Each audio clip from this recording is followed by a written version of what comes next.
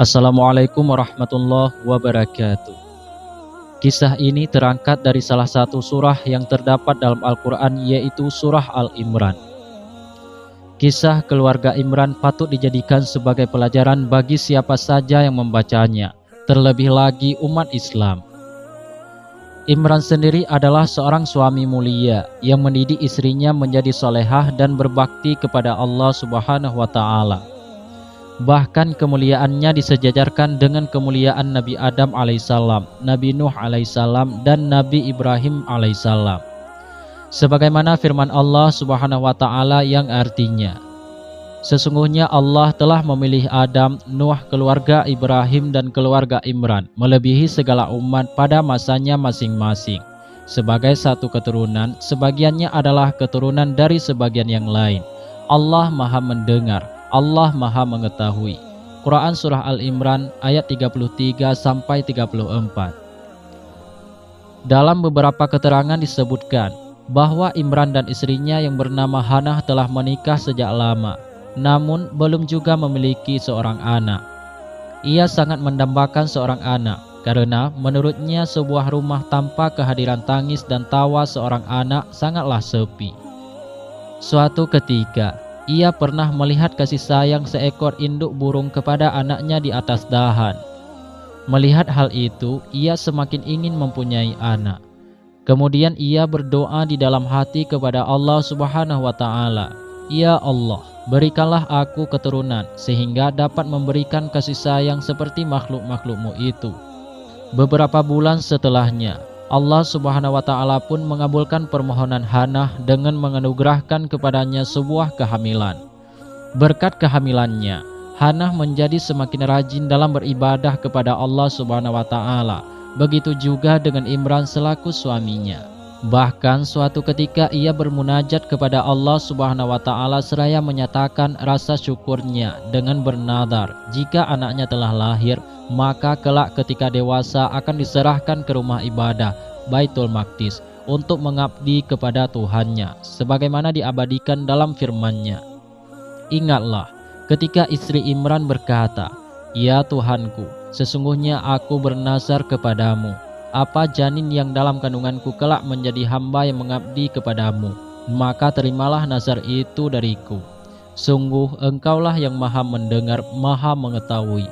Quran Surah Al-Imran ayat 35. Setelah genap 9 bulan, Hannah akhirnya melahirkan.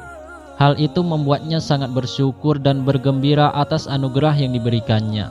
Namun kegembiraan tersebut sedikit terganggu ketika Imran berkata, "Bayi kita perempuan, padahal kita berharap laki-laki agar bisa mengabdi di Baitul Maqdis." Kemudian Hannah berkata, "Mungkinkah seorang perempuan dapat mengabdi di Baitul Maqdis?" Ia pun mengadu kepada Tuhannya, "Ya Allah, mengapa engkau memberi kami keturunan perempuan?" Bayi perempuan itu kemudian dinamakan dengan Maryam, sebagaimana firman-Nya. Maka ketika melahirkannya, dia berkata, "Ya Tuhanku, aku telah melahirkan anak perempuan." Padahal Allah lebih tahu apa yang dia lahirkan, dan laki-laki tidak sama dengan perempuan. "Dan aku memberinya nama Maryam, dan aku mohon perlindunganmu untuknya dan anak cucunya dari gangguan setan yang terkutuk." Quran Surah Al-Imran ayat 36. Meskipun demikian, Hannah dan Imran menerima bayi perempuannya dengan penerimaan yang baik. Keduanya juga merawat dan membesarkannya dengan penuh rasa kasih sayang. Kemudian setelah dewasa, Hannah menyerahkan Maryam kepada Zakaria selaku khadim di Baitul Maqdis. Maryam menempati mihrab yang tertutup dari pandangan orang yang bukan mahramnya. Di sanalah ia beribadah dan mengabdikan dirinya kepada Allah Subhanahu wa Ta'ala, serta Allah juga mencukupi rezekinya, sebagaimana firman Allah Subhanahu wa Ta'ala yang artinya, "Maka dia Allah menerimanya dengan penerimaan yang baik, membesarkannya dengan pertumbuhan yang baik, dan menyerahkan pemeliharaannya kepada Zakaria. Setiap kali Zakaria masuk menemuinya di mihrab kamar khusus ibadah, dia dapati makanan di sisinya. Dia berkata, 'Wahai Maryam, dari mana ini engkau peroleh?' Dia menjawab, 'Itu dari Allah.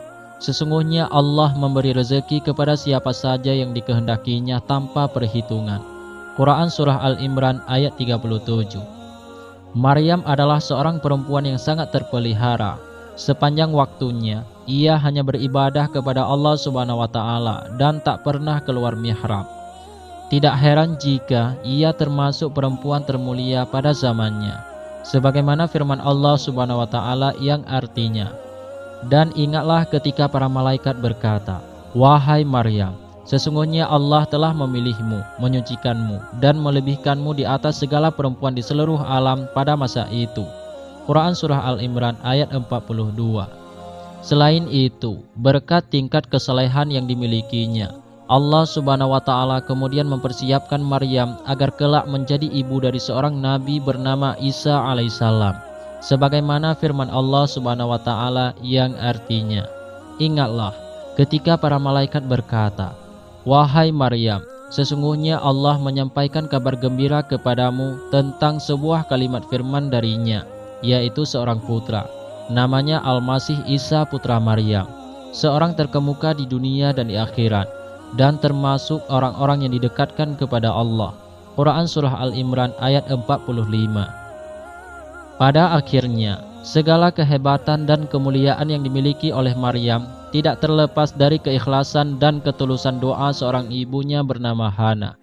Terlebih ketika dalam kandungan, ia senantiasa bersungguh-sungguh memohon kepada Allah Subhanahu wa Ta'ala demi kebaikan seorang anak yang sedang dikandungnya. Wallahu a'lam bishawab.